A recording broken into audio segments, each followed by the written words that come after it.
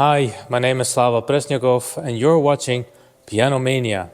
Today is the first episode of the podcast series and I'm speaking with pianist Annique Göttler about the intricacies of a professional artist's life revolving around classical music in our modern world. We shot this podcast not long after 2 sold-out concerts at Pianos Maenia in Alkmaar in the Netherlands and in Ruislede, Belgium, where she played an impressive program of Beethoven's Waldstein Sonata and the complete etudes, Opus 10 and Opus 25 by Chopin. Annique is a fantastic pianist, educator and wonderful person, as you'll soon get to find out. If you like this content, please support by liking, sharing this video and subscribing to the channel.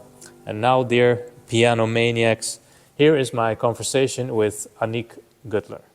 First of all, so cool that you're here.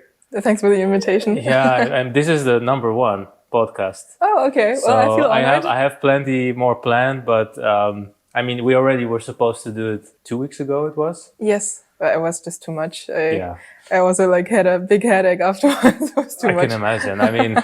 Just coming back to those, I want to say that it was super impressive. Thank you. Doing this program, and I think that what you're doing is so great for the whole scene. And I'd like to start actually somewhere in the beginning of your musical discovery, like how you got into music and what really was like a decisive point for you that you wanted to spend your life, dedicate your life to this. I started playing piano when I was 5, and my sister, she's 2 years older than me. She started before me, and at that time, at that age, you always want to do what your bigger siblings are doing. Yeah. And she was my big idol for many things and also for playing piano. So I started playing piano at that time as well. And pretty fast, I think, I got more and more into it. And I just felt that I feel very much connected to this instrument. And my teachers, she saw that I'm kind of talented and she wanted to, support me more in this direction. So we started to participate in competitions, and it was very fast, very clear that there is lots of potential. And so... This was all in Stuttgart, by the way? It was in a small city close to Stuttgart, like 1 hour away from Stuttgart. So at that time I was around between 7 and 8. I was still playing handball at that time. Oh. In a club, and that was like my other passion besides piano playing. All right. And I liked it very much, and I would say for that age I was not too bad in that sports. And also the teacher, like the coach in my team, he wanted to support me more. And my parents basically they had to make a decision at some point because they saw that, I'm good in piano playing. I also like to play handball. Where should I go? And they just said that the talent, it looked more like in the piano direction, that is going to help me more and that I'm enjoying it more. So they decided for me to stop playing handball. And that was... I guess, it makes sense since it's kind of injury sensitive. Exactly. Yeah, yes. So. But this was exactly the point where it was the first thing that I had to sacrifice for piano playing. And that was the start of me thinking, okay, it has to be worth it. So I really want to push into it. And since that, I was sure, okay, I want to do it more professional, or I definitely want to do it the rest of my life. And but this is already at age 8? Yes. Wow. And from then I was like practicing like hell. Wow. So, I know the feeling that from a young age, that I also had this feeling that I knew what I wanted to do. I know that it feels great to have some kind of purpose, but 8 years is very young. It's like most kids, they're just kids, and to already be knowing what you want to do the rest of your life is very impressive. I have to say, I didn't know anything about, the professional life as a musician. I don't come from a musician family, and exactly. I really didn't have any plan of how it's going to look like. It just was a feeling inside that I want to do this and I want to really become a lot better. Yeah. That means you still had to do normal school Yes. while you were doing this musical life. And at what age did you enter the conservatory? After I finished my school, we call it baccalaureat in French. In German, it's Abitur. And What age is that? I finished when I was 17. Okay. And I entered when I was 18. So it was like exactly at the part where I was having my 18th birthday, let's say. So approximately 10 years later now, you have finished bachelor, master's, and post-masters. Exactly. And maybe you can tell me what was for you. I'm curious because I have my experience in the conservatory in the Netherlands and in Amsterdam, but there were things that I liked, but there was also things I didn't like. Could you tell me both sides of the story of your experience studying in a conservatory? Yes. Let's start with the good things. I enjoyed the whole study phase a lot, I would say. Even though it was sometimes a little bit difficult to know what you're actually doing. But I think the way it is organized in Germany, or let's say in Stuttgart, I don't have experience with other universities, but Stuttgart, it was very free. It was up to you what you want to study and how much you want to study. Yeah. Of course, there are some lessons and courses that you have to do, but all in all, you were pretty free. And so I spent a lot of time in practicing, and that was my main focus.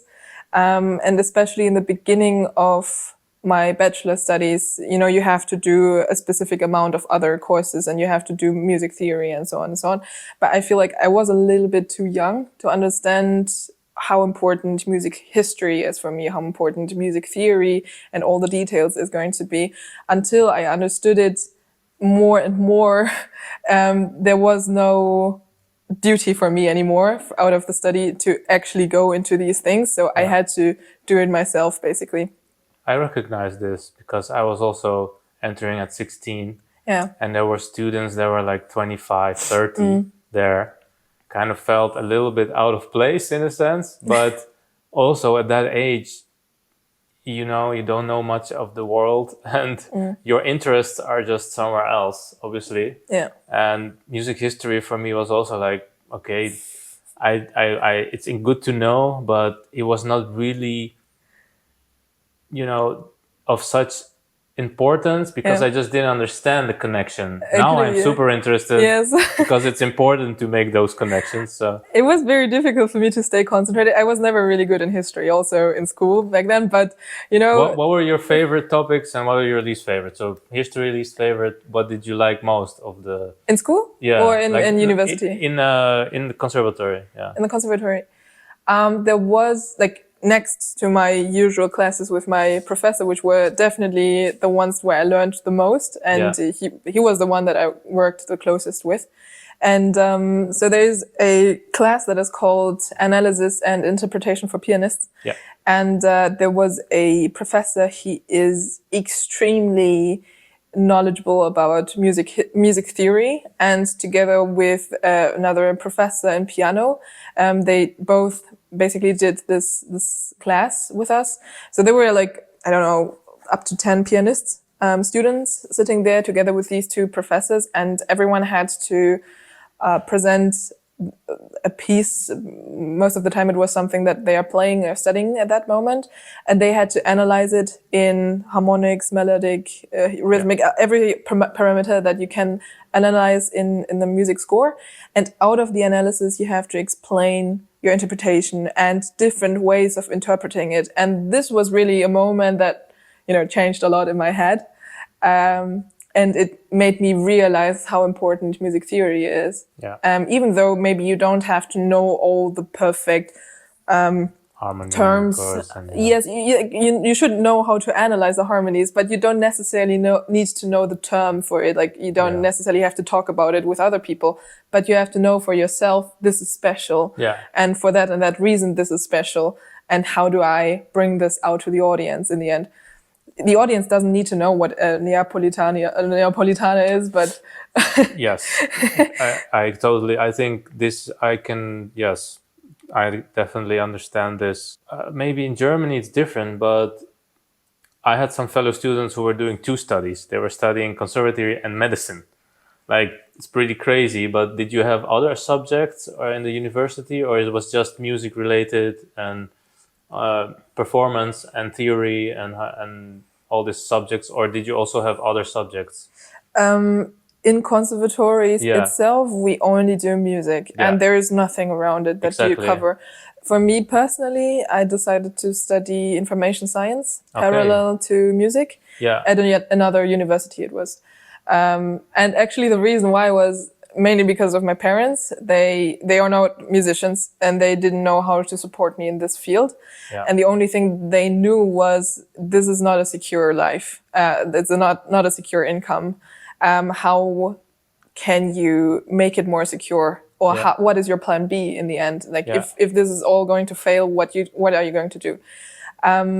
So before I started to study music, my parents, they sat down with me and talked about this with me and asked me, okay, maybe you should do this. But we didn't, know when I should do it, because I just wanted to first start to study music and see how it's going and how much time this is going to occupy. And as I was used to do lots of practicing and school, like next to it, in the beginning of my music studies, I felt that there's so much free time because I was mainly practicing and I was not so much interested in music theory, music history, and so on, that there was quite a lot of free time still. And I thought, okay, I can just start, studying something else. But, the more I got into music and the more I got into the other study, the more I felt, okay, that's a lot. And I'm happy that I finished it. Okay, so you did finish information technology? Information science, yes. Oh, sorry, yes. Yes, in a bachelor. And that was during your... It was, I started... Or then... Yes, I started after my first bachelor semester in music.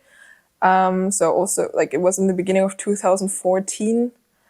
And I finished, I think, in the after the first semester of my master's in music, which was...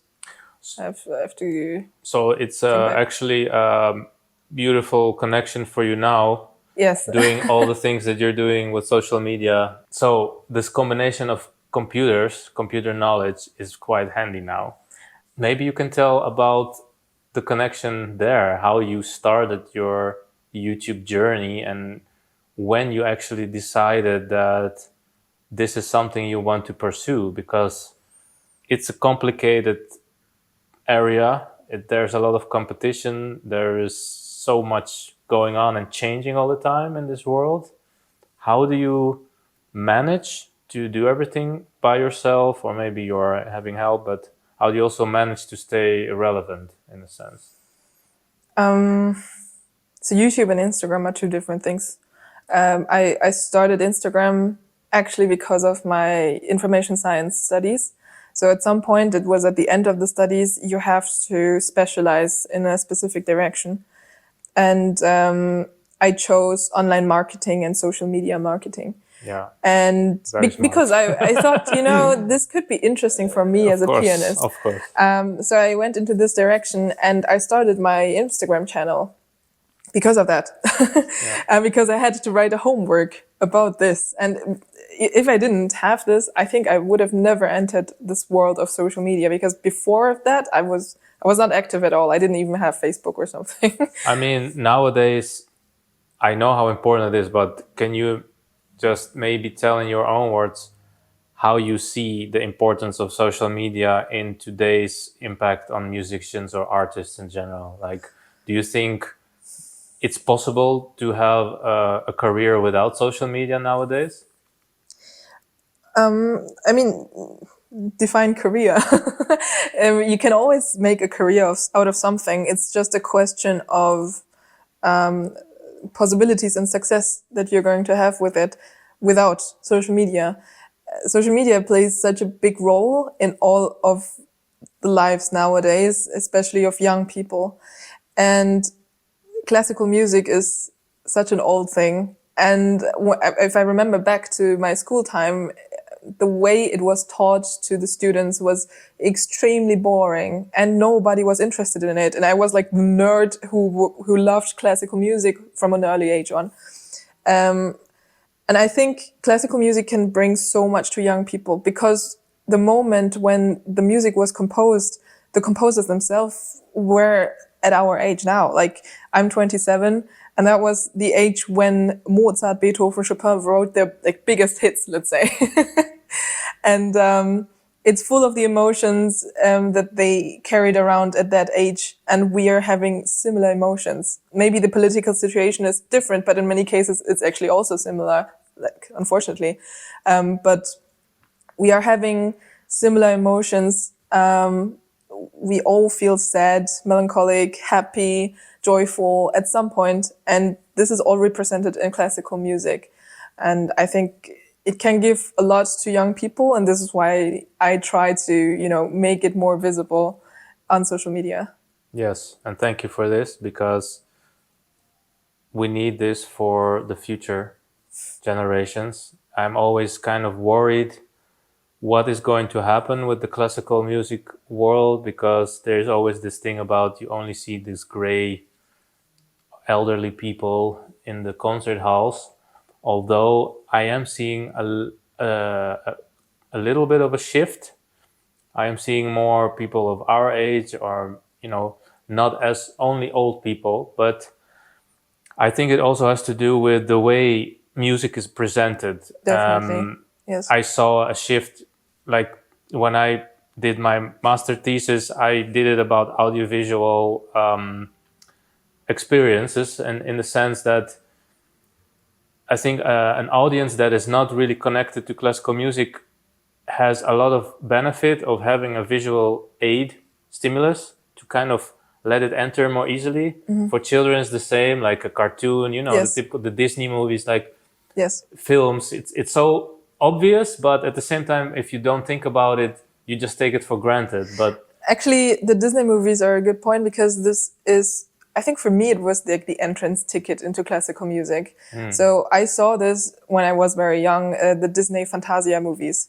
It's there, nobody is talking, nobody's speaking. It's really just music, like pure music, yes. And a nice story told by the image that Disney is creating there. And it's full of fantasies, like nothing is like in the real world, basically. But you have this in your mind, and this is how, I was drawn into classical music, because every single piece is telling a small story or going into depth with a specific emotion or something. Yeah. And that's the crazy thing about classical music.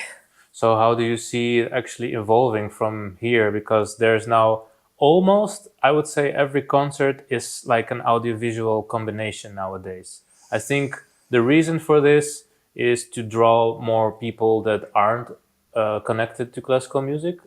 But how do you see this developing further? Now, especially like there's a lot of experimental things going on with electronics and whatnot, maybe even VR. But do you think that this line will continue and there will be more and more of audiovisual and less of the music-only concerts? I think it can be both. I think, the audiovisual stuff, this is going to, there's obviously a big field to discover, and to be creative with.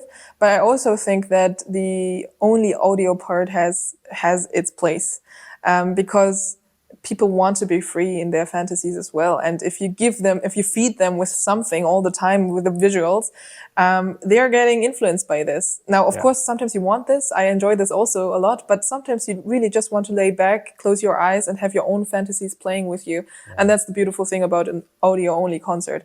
And in the end, in the concert, you'll always have someone sitting there playing, and you have the audience around you. So there is a visual thing still, but not to that degree, of course. I think it also has to do with the overstimulus that is in general happening because of social media, or like the general direction that there is so much information like thrown around us, that if this isn't happening, then people are already like less inclined to go there because it's not enough stimulus for them in a sense. What do you think about this?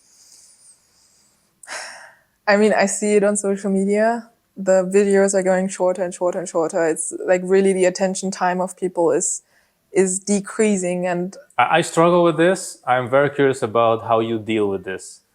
Like, do you go into the demand of shorter videos, or do you still try to make longer form content? Like a podcast, for the people that are really interested, it's a long format, but they are prepared for it in a sense, and they're maybe a different type of listener. But in terms of your audience there, I guess some of are a bit younger, more, teens, and they're the ones that you are trying to inspire as well. But do you find it hard to find a balance between this? I think if you're a content creator, you have to fill all these different types of content. So the ones that are like in the short form, where you really have extremely fast cuts and nothing is more than 2 to 3 seconds, so you keep the attention of the one that is just scrolling through the shorts. And also by doing this, you're basically catching the attention from the people and bringing them to your actual channel where you can do longer form videos. And then you don't have to, cut extreme fast like this. I have to be honest, I'm still like discovering this field and trying things. Most of the time I'm still just playing piano. And that's probably the thing that I will always do because that's my field. But I understand that you have to adjust to the platform to get the attention of people.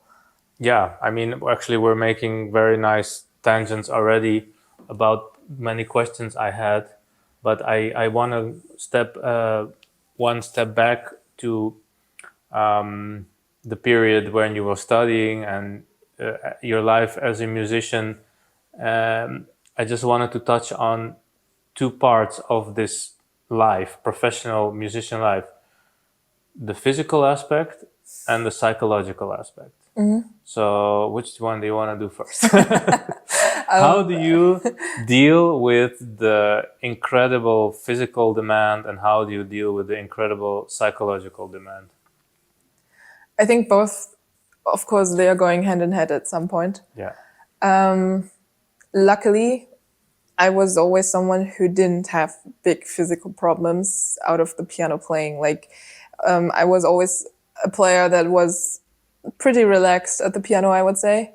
But of course, I also had my problems, and I was building up tensions at other points that were maybe not as visible. But for example, when I started to study, I used to bring my left leg back. So the right leg was still in the front, pushing the pedal, but the left one was going back all the time. And that was the part where I was putting all my tension into. Yeah. So my upper body was relaxed, but the leg was full of tension. And my professor used to come behind me and just kick my leg to the front, so I get reminded that I have to relax this as well. And it took a while to get rid of that. Now I see that I didn't continue doing sports after I finished school. At school, we always had our sports lessons, but after that, I was not continuing with that. And at some point, I had a competition coming up. It was, I don't know, I don't remember exactly. I think it was maybe 2016 or something. So 3 years without doing any sports, basically. And a competition. And a competition coming up. And I think it was a month or even less than a month before the competition, I started to have like so bad back pain that I could not sit, I could not stand. Laying down was also hurtful, but it was better than, anything else. So I had to basically lay down every 15 minutes, lay down, do my stretches, and then come back and practice after 15 minutes. It was horrible. There's the obviously connection to the psychological. Definitely, obviously. Yes. And this wasn't one of my questions, the competitions obviously coming after this, but so laying down, you were doing all the physical things you should do. You saw a physiotherapist, you went to the doctor, or No, I managed understood. I understood immediately that I just didn't do enough sports. And after the competition, I got myself an abonnement at the gym, and I started to do lots of sports to the point that I went every day to the gym, which I also had to cancel at some point. It was also too much. Now I'm playing table tennis in the club 2 times a week. I'm not really good, but it's just fun to do. I love table tennis. And I like to go for a run, especially on the treadmill. I enjoy this a lot. But I also see that I have to do more sports again. It's always like sometimes, when you're traveling a lot for, concerts or other projects, and then you're getting interrupted in your routine. Yep. It's very difficult to come back all the time. That's the most difficult part always. But maybe it's good to find something that you can do always without going to the gym, like running. Running. But if you don't run on a treadmill, running in a city is not so nice either. Yes, especially if I don't know the city, it's strange. I mean, so in a sense, you have been still quite lucky with your physical part. So the psychological part, how do you handle that? And I'm going to link the question to your thoughts about competitions. Do you think they are necessary, or what? I know that, we've spoken before already when we met last time about the stress on stage or in stress of preparation. I know that you had a difficult moment in one of your early concerts, that you had a blackout. I had the same experience, and after that it was very difficult for me to handle the stress on stage, especially on important moments like exams or competitions. So how do you manage and cope with these moments and situations? So as the audience does not know about this background story, I'll just recap that very quick. Yes. So I was 10 when I played my first Mozart piano concerto with orchestra, which was a great experience. Like, all in all, I really enjoyed it, and I completely fell in love with being a soloist and playing with orchestra in that time. But so basically we had 2 concerts planned. And on the first concert, I had my very first blackout on stage. And I really didn't know how to continue. I knew that it was my part. I knew that I have to start now. It was close to the end. But I couldn't remember what I have to do. And so unfortunately, we had to interrupt the concert completely. The orchestra had to stop playing, and the conductor, he turned around, he gave me his scores to take a look at it. And it was the first time that I saw the full score of a full orchestra. Yes, yeah. I couldn't even more confusing. Yes, I couldn't even find my voice. Like, wait, what is this? Yeah. But luckily, we finished to continue playing. We finished to, we managed to finish the whole concert, and but it was traumatizing. Even though the audience was very grateful, but it was very traumatizing. I felt very embarrassed, and I was crying a lot in that night. Now, I have to say that there are 2 ways of dealing with this situation. I had another concert coming up with the same program. Soon after that. Yes, and so my piano teacher, she was completely stressed out. She was like the one who made it even worse. Yeah. And I have to thank my mom for calming me down and for sitting down with me at home and practicing with me and telling me, giving me confidence to say, okay, you're going to rock it. You're going to know what is happening, and you will do it.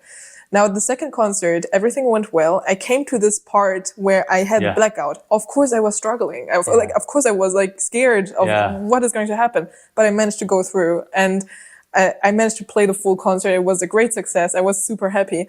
I remember that at that time I played one of the Trois Nouvelles Etudes. I think it was the first one of Chopin as an encore.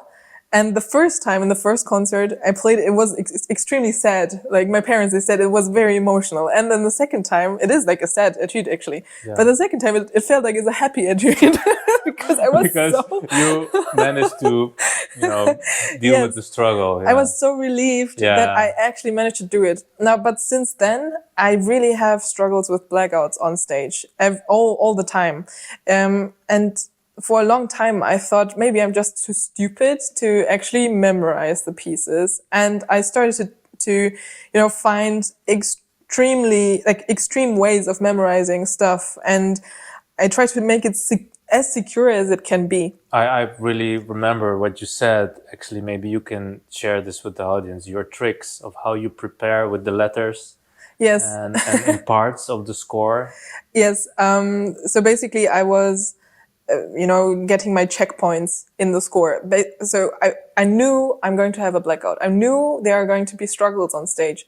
So I better get prepared for that. By finding my checkpoints, basically. So I marked specific places inside the score, and I gave everyone like a name or a letter with a number, and I would write it on paper on snippets and just pick out a paper, read it, and then immediately start playing from that. So I really know, okay, even out of nowhere, I can start playing there. Yeah. That helped me a lot, but still I would have blackouts. And so I would bring this method to the extreme, and I was able to start every second measure, basically. Wow. That was crazy, and my brain was full of checkpoints, actually. And did this help?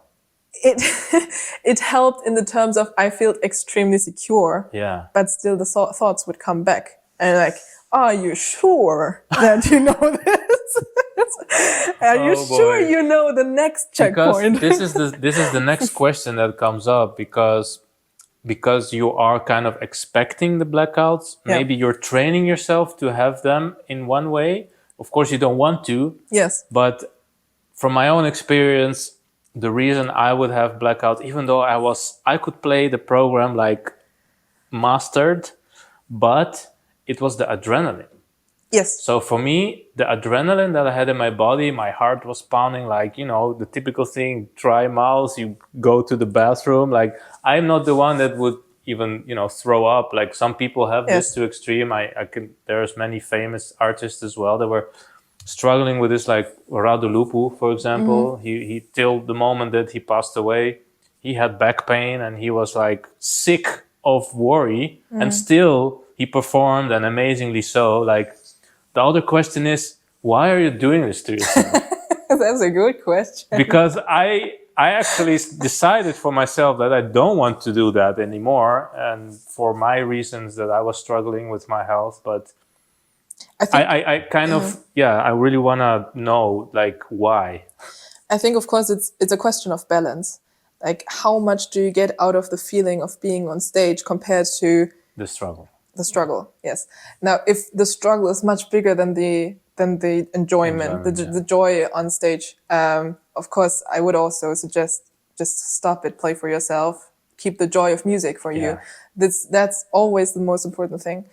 Now, for me personally, even though I had so many blackouts, and like after every concert I was crying and I was like, I'm so stupid, I will never be a pianist or something. There was always this thought of, okay, next time I will do it better. Even if it was the worst concert, I was like, I thought next time. I have so much respect for you for this. Maybe I'm just stupid. I don't know. No, I think you are so brave. You're so brave knowing this and still doing it and leaning into your fear. I think this is growth. You are not giving up, I would still say, like, I'm still working on it. It's, I think, something that I will have to work on my lifetime because it's so deep inside of me, this fear. I actually had some professional help at some point. During my bachelor studies, my professor, he was worried for me because I was really struggling a lot on stage. And we were trying to find a solution together. And he thought maybe, it's not so much your brain, like in terms of you can memorize things. Of course, Maybe it's more just a mental It is a psychological thing. Yes, exactly. Obviously. So he suggested me to get some help, and I was having like a coach. She called herself a coach, and we were having like meetings every now and then. And she would ask me how I feel on stage and with my memory and stuff, and how I'm scared. And you know, I didn't really feel a progress. And she said at some point, you know, I'm not supposed to tell you this as your coach, but maybe you should just accept the mistake as being like an old friend and go hand in hand with it on stage. And this helped me so much. Like immediately I felt so relieved and relaxed in my brain. I was like, yes, crazy. Exactly. It's just, you know, it's an old friend. He will be there. In any case, I have to play hundred thousands of notes. There is like the chances that I'm going to hit one wrong note is so high. Of course. I shouldn't have the expectations that I'm going to play everything 100% like I practiced it. I think it's connected obviously to being a perfectionist, or at least this is what kind of taught in the old conservatory mentality, that everything has to be under control and perfect, and that you know, mistakes are not accepted. And Yes. This is such a weird approach. Like, you only get a good grade if you play flawless and musical and whatever. Like, what is perfection? You know, perfection doesn't exist, but Yes. I remember you also telling me about your exam, and maybe you can share this story if you want. This is just such an important topic in music that actually I don't like, when you are judged and you get a grade, and this is the most terrible moments to perform, actually. Yes. So I remember that when I was having exams or was playing in competitions, I knew the thing that counts the most is that you hit as many right notes as possible. Unfortunately, it's not really about music, or like especially in the first stages of competitions. It's really about, can you play fast? Can you play clean? Yep. Is it stylistically correct what you're doing? And so in these specific moments, I could get myself under control, and I would, you know, focus so much on playing the right notes. But doesn't that kill the musical? Yes, you know? It was like in myself, I was rebelling so hard against this. But I knew, okay, I have to be safe, basically. Yeah. Until my very last exam, where I played, like after it's the concert exam, basically. So I played Chopin etudes, all of them, and I really didn't care about anything. I was just, okay, I want to enjoy this moment. Yeah. And it worked well. Wow. The next exam was Kalkbrenner piano concerto with orchestra. There was so much stress around this. Like, it's a huge story, actually. Yeah. We didn't have the right scores for the orchestra. It's like everything is gone, and I had to write everything myself. And there are many mistakes inside the scores. So in these 2 to 3 days that we had with the orchestra of rehearsing, it was so chaotic, and until the very last moment before the exam, I was not sure if we were able to play this, actually. So there was so much stress around that thing. And then I went on stage. I just wanted to enjoy it and take the risks. And just before the end, I started to struggle because I was so into it. I was enjoying it so much. And then there's like this presto part, and I just, you know, missed it, and we had to start again. But we kind of, you know, managed to do it without making it too obvious for all of the people. But of course, it was still obvious that I was struggling. And but it was still a big success, and I enjoyed it a lot. I think the audience enjoyed it too. And you sold out the concert. Yes, I sold out the concert, yes. But it was decided to not give me like the highest score. Yes, the highest, the perfect score because of that mistake. I can, of course, understand why it was like this. And I'm not sure if I would have gave myself the highest score. But simultaneously, I'm sometimes thinking, you know... It's a moment, you know? It's a moment, and it's really about... Did you catch the audience? Are you someone who is really performing on stage and is like, has this energy to bring out into the audience, and not so much about this one moment that you missed? Yes. Now, again, it's an academic, how do environment. you see an improvement to this? Like, do you see that there's possible to change or the mentality around it? And I don't how want would you to do that? No, I don't want to make people feel like, okay, it's you don't have to practice, you can also play wrong notes and that's fine. Obviously, Not of course not. but It's always about being like going into perfection. But when you are on stage and under adrenaline, it's really the passage between complete chaos and order is so small. thin, yeah. And you have to balance it and try to get the best out of it. And the chances that you're going to fall in one of these is very high. I see a lot of people who are playing extremely secure, but there's no risk in their playing. Yeah. And it is not, I can't see them being like enjoying what they're doing, and I can't see the audience enjoying it. Yeah. The other way around, the same, like it's complete chaos. It's pure rage on the piano, and none of us is enjoying it. But like being on this little line and this small line and trying to balance everything is so difficult, and it's one of the most difficult things in making music. Yes. Because it is actually making music. Yeah, so also this whole idea of, the academic approach and...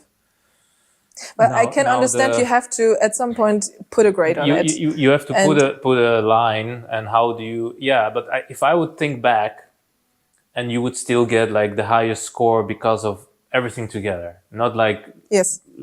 There's I think it would be such a beautiful memory that they would still give this because everything else went good, like... I think that it's more of an empathic way to treat the students, I think. I think there are two ways of dealing with that moment that I had. So I was struggling and failing a little bit on stage. They knew this about you, but I also.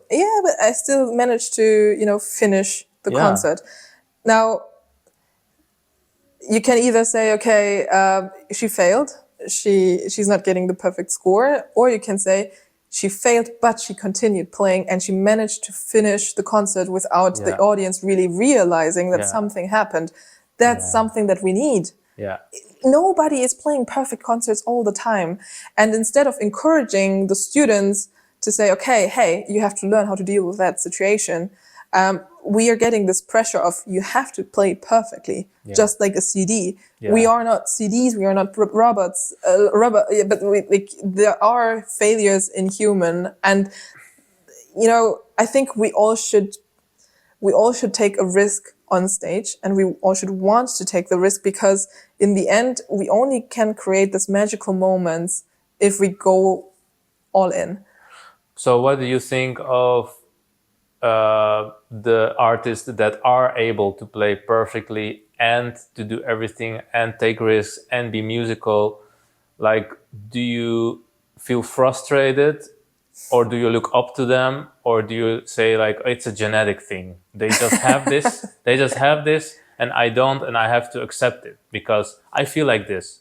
I feel like, yes, I could reach a certain level. It was, it's a high level. I did competitions, whatever. But I knew that there was another level of 0.001% of the population that doesn't have these kind of struggles.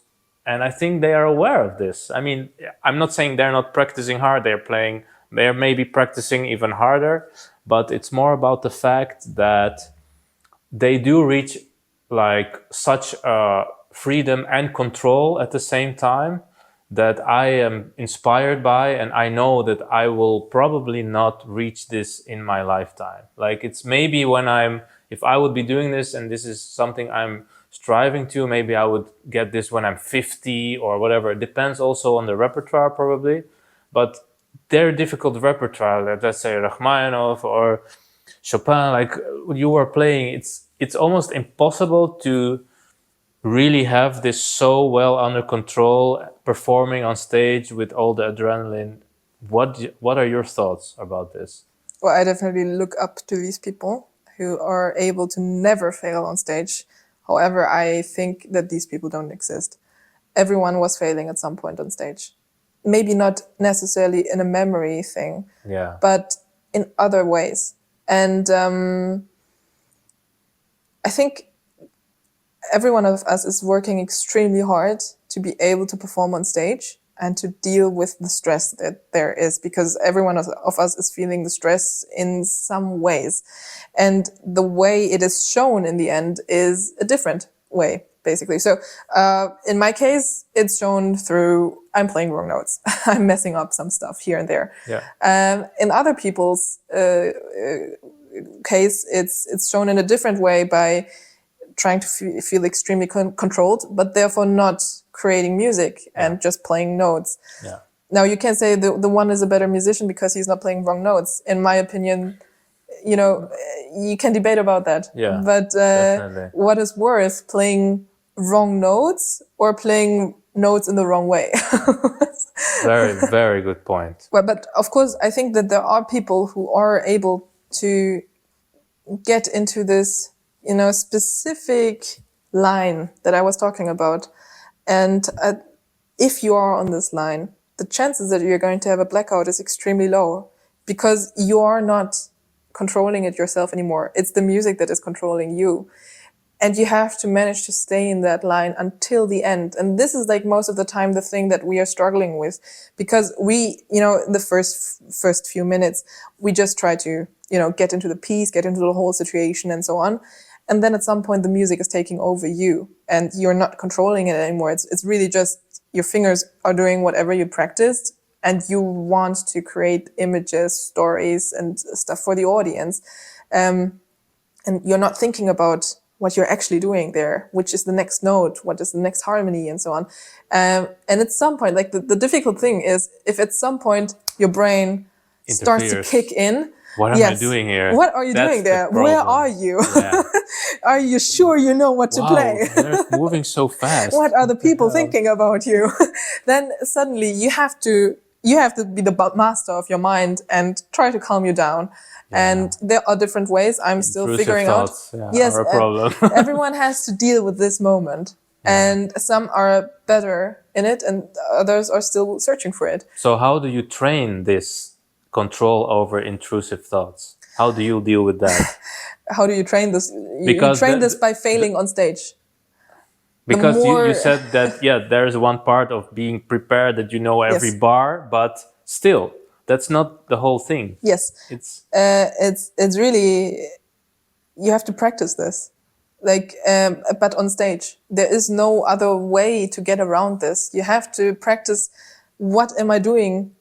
I think also what really helps is if you do have like a schedule of performing constantly, and I always found it more difficult after a long break. Yes. Then I had a concert again, rather than I had like a concert every week, and then I kind of got into routine and I wasn't as stressed anymore. Yeah, you definitely need to find your own routine, and everyone has a different routine. Me, for example, I know that I'm a very high energetic person and I'm stressing out for no reason. So I need to calm myself down already, like maybe the evening before the concert or the day before the concert. I start to practice only slowly, only soft, like only piano and so on. And on the concert day, most of the time as well, depending on how good I feel with the instrument. I loved when you were warming up with Hanon. Yes, this is my routine that helps me all the time. That's so great because you're literally doing like an athlete, you know, warming up your muscles and your neurons, like your connections to your hands, and not by playing directly the pieces. You're just getting a feel of the instrument. I think this is very, very nice. I'm actually curious about the rest of your routine. Like how, on a concert day, how does your day look like? Or it starts early already. You said the night before, you're already starting to kind of adapt. I need to prepare myself for the stage situation. And I just try to get my heartbeat down, basically. Breath work, meditation. Yes, breath is a big thing. Like sometimes I just stand in front of the mirror and I start to breathe in and out 5 times, very slow and very deeply. And, you know, talk some stuff into the mirror and just calming myself down, just saying, you practice this, you know the stuff. There's no reason to worry. If I didn't practice, of course I would understand that I'm worried and that I fail on stage. But then, if I know I didn't practice enough, I'm not sad afterwards. I'm angry with myself that I didn't practice enough. Yeah. But if I know enough, I practiced so much and I still fail, I'm very sad. Yeah. I'm frustrated. But there's always a reason of why things happen. And I discovered for myself that, the moment that you fail is not the moment that you have to practice. It's in the scores, it's not the thing that you have to practice. It's somewhere before. Yeah. Somewhere before there was an exit that you didn't take correctly. Or I don't know, it's just something that was not in the right balance, not in the right place. And you have to find that point and work on this. And this is the most difficult part, because you have to go through the whole concert in your head and think about, when was that point that I felt awkward or was not perfectly in place.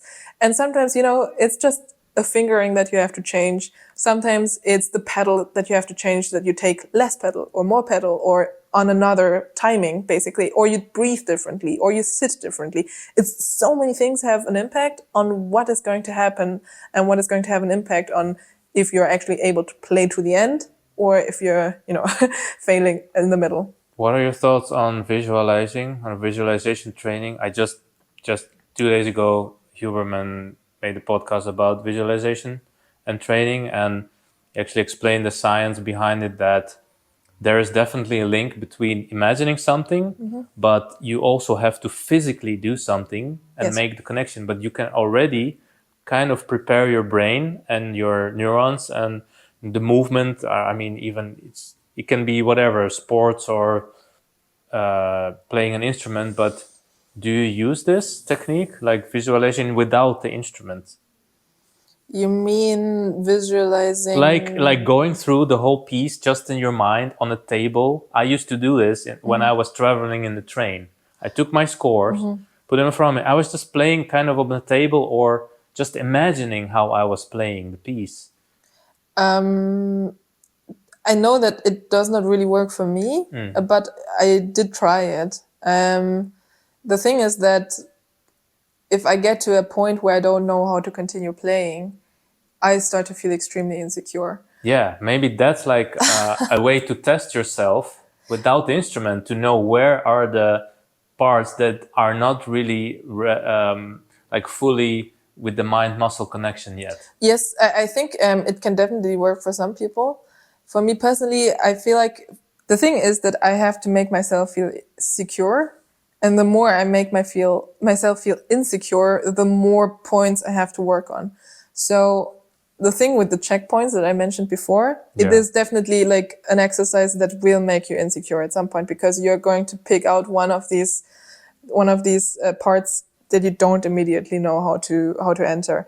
And my go-to was that I immediately take the scores, find that section, and practice this checkpoint. Yeah. Now, if I had to do this with the whole piece by going through everything and knowing, okay, do I actually know which note I'm playing? Then I have to check every single note all the time, and just to make myself feel secure. Yeah, and I know that at some point my practicing of memory. So, my practicing schedule is always divided up into, I have to memorize work, I have the slowly practicing work, I have the technical work, and so on and so on.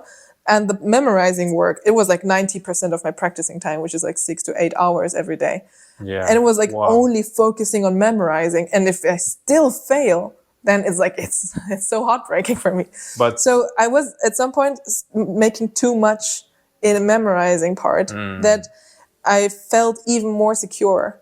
Like the more you're pushing into it, the more you feel like you have to do it correctly. Otherwise, you're stupid or whatever, or you're a big failure. You're putting even more pressure on yourself. Exactly, because you're putting so much attention on it. Now, until the point where my professor told me, I don't think it's a memorizing problem. It's a thing of staying calm and putting yourself down on earth. Regulating the adrenaline. Yes. Yes, regulating your stress level in that moment. And we started to try out different things. And something that also helped me in this moment was my professor told me, the first 10 concerts with a new piece do not count. Like whatever happens in the first 10 concerts, it does not matter. Wow. You can struggle as much you want, you can fail as much you want, but doesn't count. Don't even take it seriously. Yes, just learn out of it, take it as a good feedback, and try to make it next time better. But the first 10 concerts, it doesn't count. And it was really like this. After the 10 first concerts, you are feeling so secure with the piece. Also in this specific situation, because okay, I went through so many times. I have some experience with it now.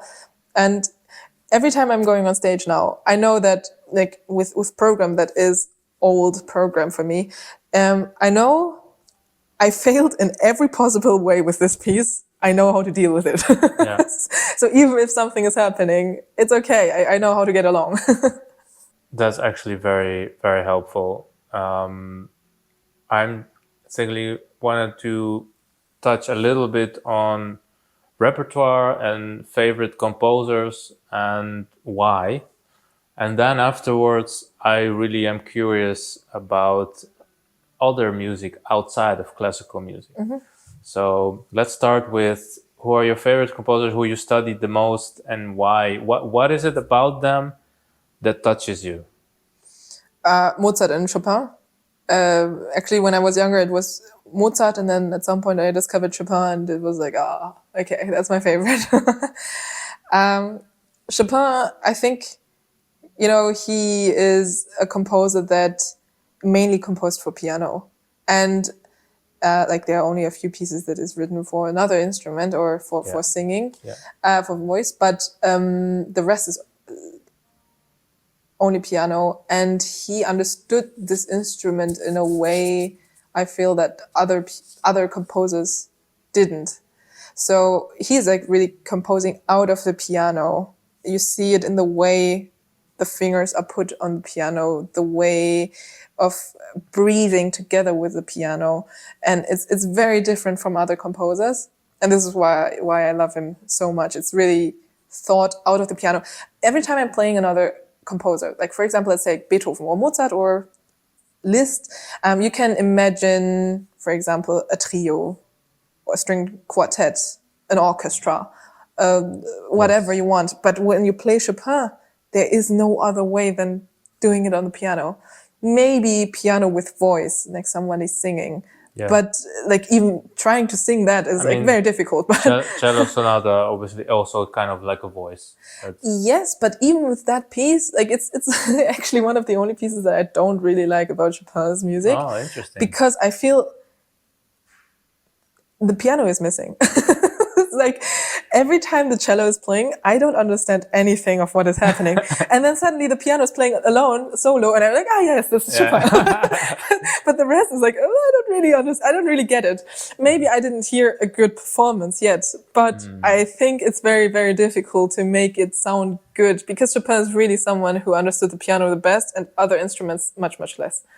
And as far as I know, he got a lot of help for also his piano concertos. He didn't put the orchestra part himself, like someone else helped him to put it for the instruments. Yeah. So actually there are people saying, okay, Chopin's piano concertos, it is better in the version of two pianos than piano with orchestra. I'm not agreeing with that. I still like the color of the orchestra there, but I can see that other composers managed to write the orchestra better than in these piano concertos. Now, I'm luckily a pianist, and the piano part is awesome. So, and about Mozart, what is it about Mozart that fascinates you? I think it's his character and his lightness and this incredible force of being detailed, because otherwise it does not sound like Mozart and it just sounds like you're playing something on piano, like something easy. It's not easy at all. A lot of people think that playing Mozart is extremely easy because it sounds easy, but it's so far away from being easy because every single note has to be shaped and has to be understood. There are much less notes than if Rachmaninoff or something. And I don't want to push downplay Rachmaninoff. He has other things that are extremely difficult. But in terms of being forced to shape every single note, you have so many notes that you can hide behind and so much virtuosity that you can just show. But in Mozart's case, really, there is no other way in being naked on stage. It's very vulnerable because you hear if you make a wrong accent by accident. It sounds there's strange. so many, there's so many little notes that any tiny thing that can go wrong, it's very evident. Yes, and everyone can hear it, even if you're not so much into classical music. Same with Bach, I guess, and Beethoven. Less, I would say. Beethoven, I also feel this in his early works, obviously. Yes, but his early works are closer to Mozart. Yes. Yeah. But yes, this is what I think about Mozart. I love his music because he's like, I think from his character. Yeah. I think we could have been like good friends or something. I don't know. I'm imagining him like this. I understand because music tells a lot about the person and about their, character. I think he was not taking life too seriously. Yes, obviously. And it is shown very much in his music also. There are only a few pieces that are written in minor keys. So he kept this really for deep thoughts, for deep emotions. And they are very heavy when they are minor, Yes. You can really feel and that. I love his minor pieces, but I also love his major pieces. So I think Mozart was a big genius in music history. I agree. Maybe the biggest, I don't know. So outside of classical music, what do you like to listen to? Actually, everything. Like, there is not really a limit. I'm not so much into German Schlager songs. Or just this kind of folk music everywhere around the world, I guess. It's a little bit too cheap. Banal, Yes. Still, there are moments where I can enjoy this kind of music. It's like, just... It's a no-brainer, basically. It's just a few moments, though. I like to listen to, the chart hits, everything that's running in the radio, even though the same thing, I feel like everything sounds a little bit the same. Doesn't mean that in the modern world we don't have a big variety of music. It's just the stuff that makes it into the charts. It's very similar at some point. Unfortunately, because I think there are so many great composers and artists out there and singers that have a special voice, that have a special way of putting harmonies together. That's very different from what we hear in the radio all the time. And I think if we also put, classical music into the mainstreams, there would be so many more people actually listening to classical music, because I think at some point it's just a question of how much did you get in touch with this kind of music? If you go to the supermarket and everyone is hearing the latest hit of Miley Cyrus, you're at some point brainwashed so hard that you really enjoy that music. It's a good point. It's a very good point, actually. I think it's just a thing of culture. Some cultures have classical music in their upbringing. I'd say in Russia or in China, for example, it's much more of a standard thing than the Western world, but which is strange because it comes from here. I mean, I agree that there should be more attention to it in the mainstream, so that more people can enjoy this and get kind of used to it in a sense. It's just a question of getting in touch with it. If you just get in touch with it, the rest will come on its own. I'm not a fan of forcing people to like this kind of music, because I can understand that it's not suitable for every situation in your life. But there are lots of moments where where classical music has so much to offer to you, and where I think that it's kind of therapeutical, and it's healing yourself, your soul in so many ways. So just be open and listen to a lot of different stuff. I think that's the most important thing. I'm actually not listening too much to classical music, to be honest, because I'm listening so much like to my own playing, 6 to 8 hours, only classical music, that I'm not listening so much to other pieces during my free time. And then I see that I'm not really knowledgeable about what exists. Now this has I recognize this. It has a good and a negative point. I recognize this. When I was studying, I was like this, but now that I'm not playing so much anymore, I listen to it much more, because exactly what you say, like you're already so saturated with your own playing and like so busy with, doing the studying and exploring. I can see an advantage in this, but of course also negative points. The negative points are very obvious, because if you don't see the whole picture or at least you get like a bigger impression of the whole picture, you won't understand the composer and what he wants to express in that music that you are playing in that moment. Yeah. So if you never heard a Mozart opera before, you will never understand his sonatas or any other works that he composed. Very so true. Yeah. if you don't know anything about the other pieces, it's going to be difficult. But the other way around, it's so nice to be always surprised by something. Like if you get to know a new piece, you don't know what is coming up. Yeah. And you see all these different harmonies, you see all the different voices that are there, and you never heard anyone playing it before. It's so nice to discover a piece.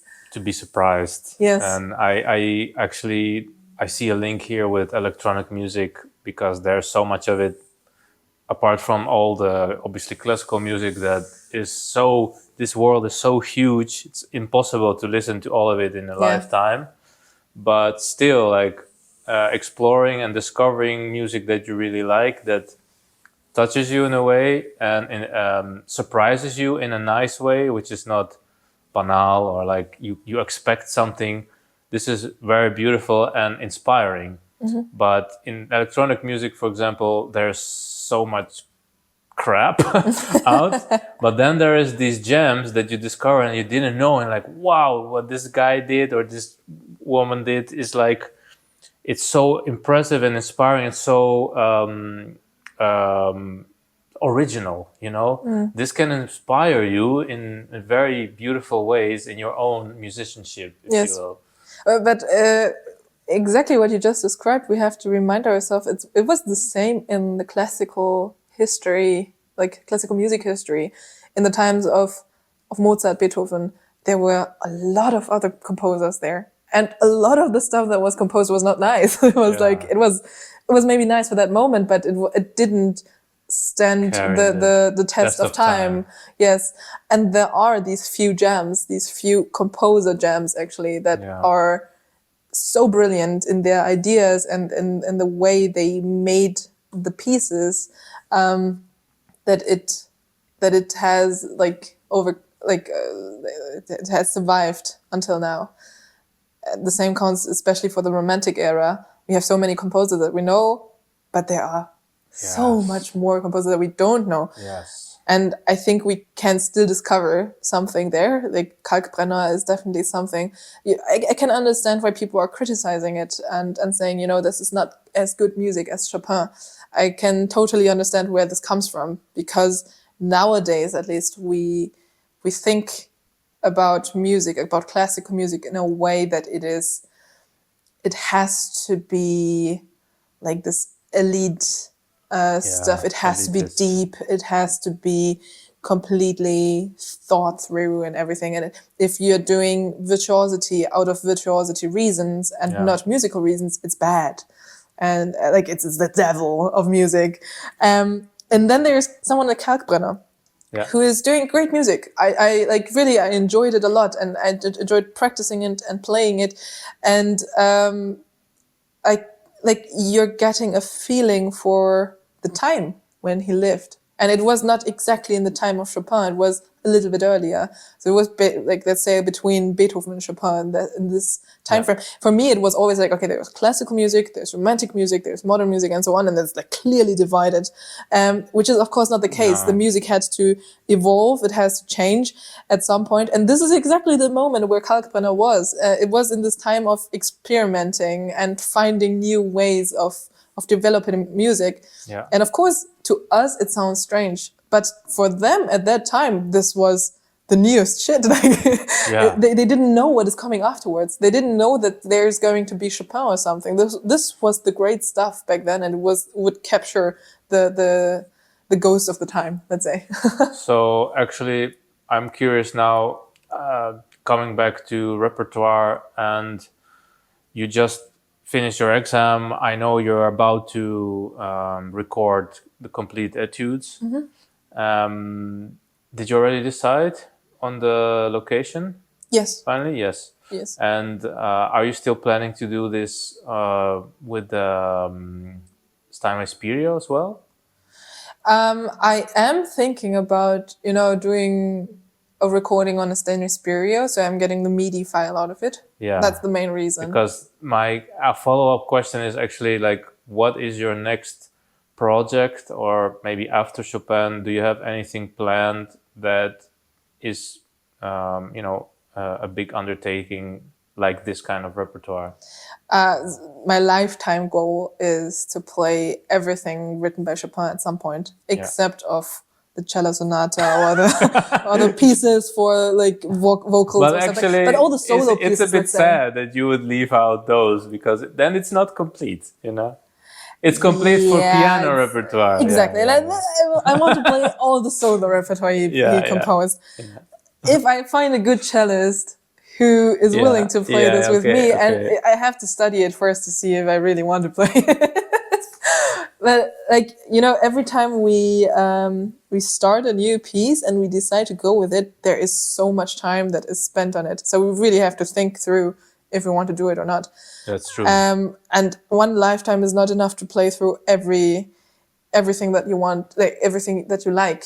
And you have to at some point decide what is your list, your bucket list of pieces that you want to play at some point. And for me, it's obviously I want to play everything by Chopin solo repertoire. Yeah. And there are a few other things that I really want to play, and the rest I feel is opened of, is this going to match the repertoire that I'm playing in that moment? Is this going to give like a nice story for the program, for that concert, or a contrast or whatever? That's very interesting, but it's not like on my bucket list of I have to play this at some point. Yeah. If you would have the possibility to give advice to your younger self, or to your audience that is a bit younger and wants to also go into music, or do what you do, what is the advice that you would give them?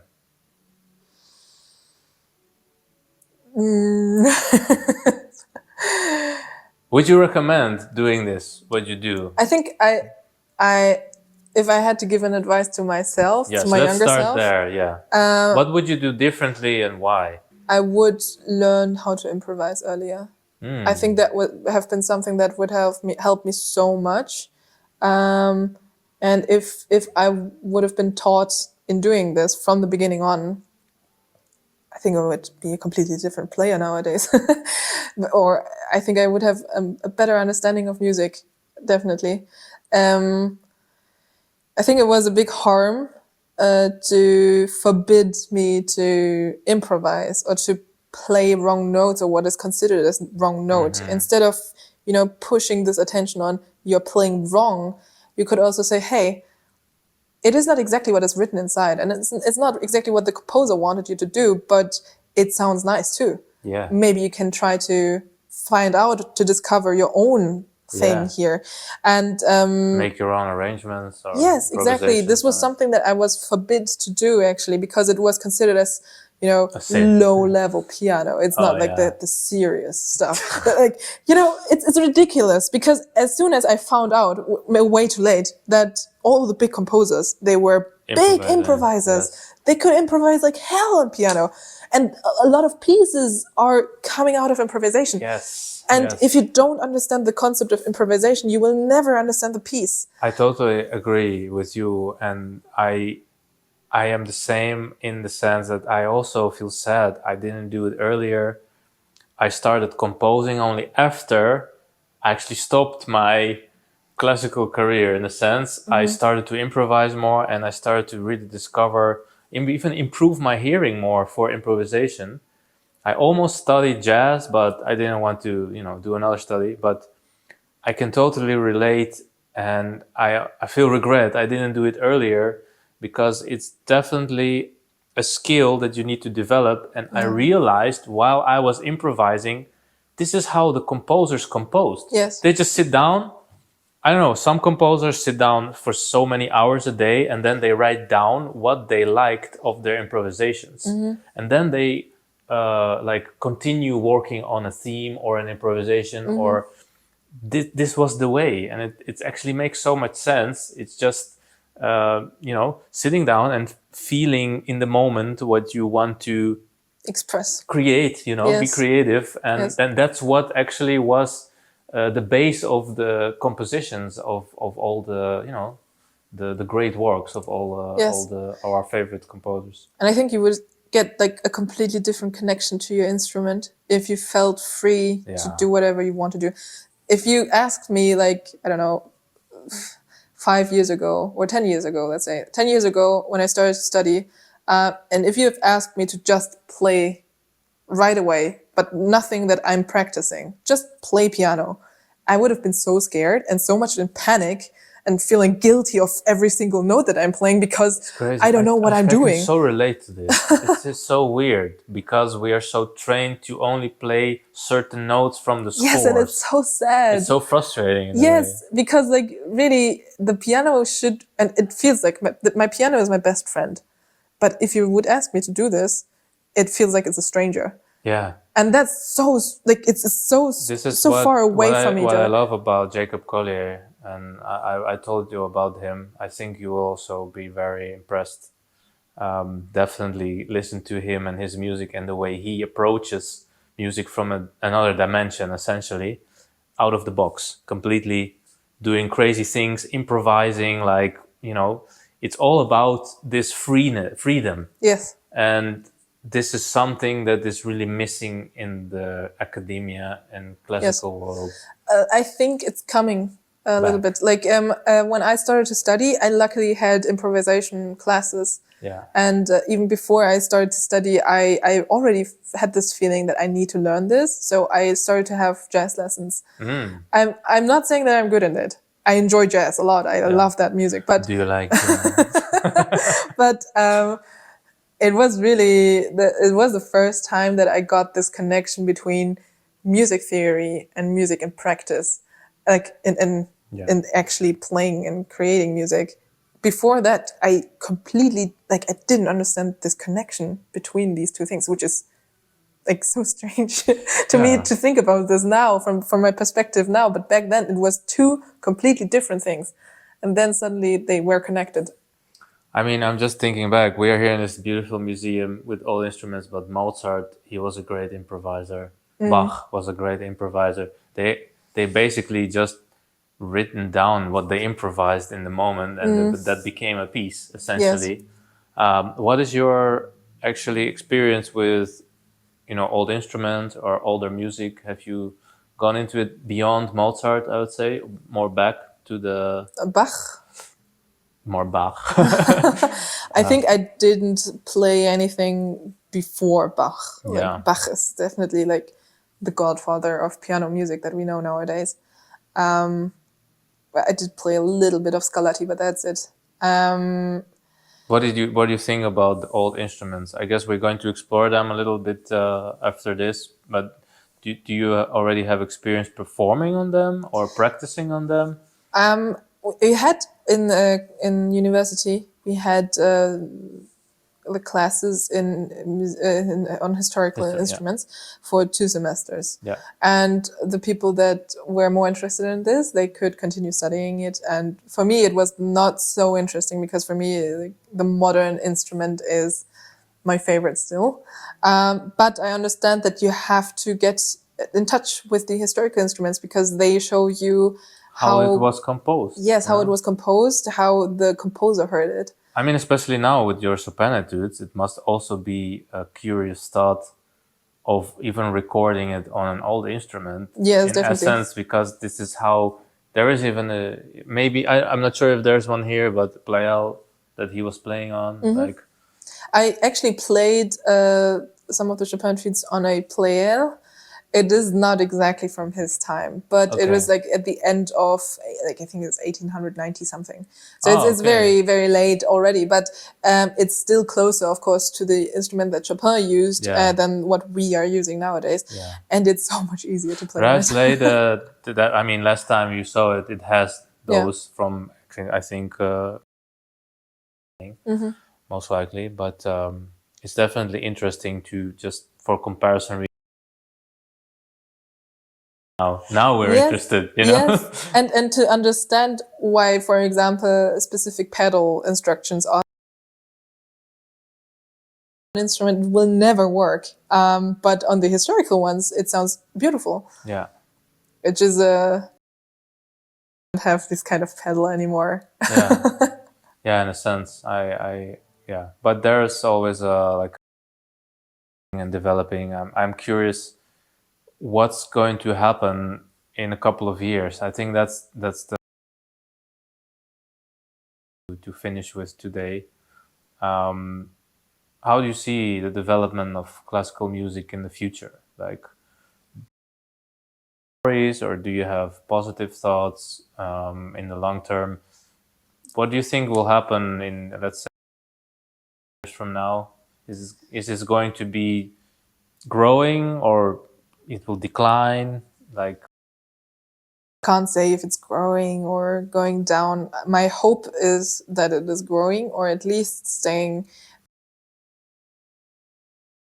importance. But from what I see now, there are some musicians out there who are doing, or actually much, much more than me. For example, Two Set Violin, they have a huge channel with classical music, and they are having a fan base of people who are starting to be interested in classical music. Yeah. They maybe never got in touch with it if they didn't. I think that classical music definitely has to adopt to the new technologies, abilities, because I think that there are a lot of people who still did not understand stage is not the Carnegie Hall or any other hall, it's the internet. Yeah. And if these people still continue, we will lose so many people because they just don't get in touch with classical music. Yeah, I think it's exactly what you said. Because the change that happened and the internet is now an unmissable part of our life, just like social media. It can be a very positive thing to spread it Yes. much more easily Yes. to a bigger audience. And there's people like you and like Tuset or all the protagonists for classical music that are doing a wonderful job and bringing this to a bigger audience. And I think I do have hopes that this will only go better and better, and there's just going to be more kind of splitting of niches between like in everything there is. But Yes. yeah, I think what you're doing is wonderful. Thank you. And I think you should never stop Well. being the protagonist that you are for our passion of piano and music. So I want to thank you very much Thank you for the this invitation. conversation. And I'm looking forward to the next one. Yes, me too. It was very nice to talk about these topics. Yes.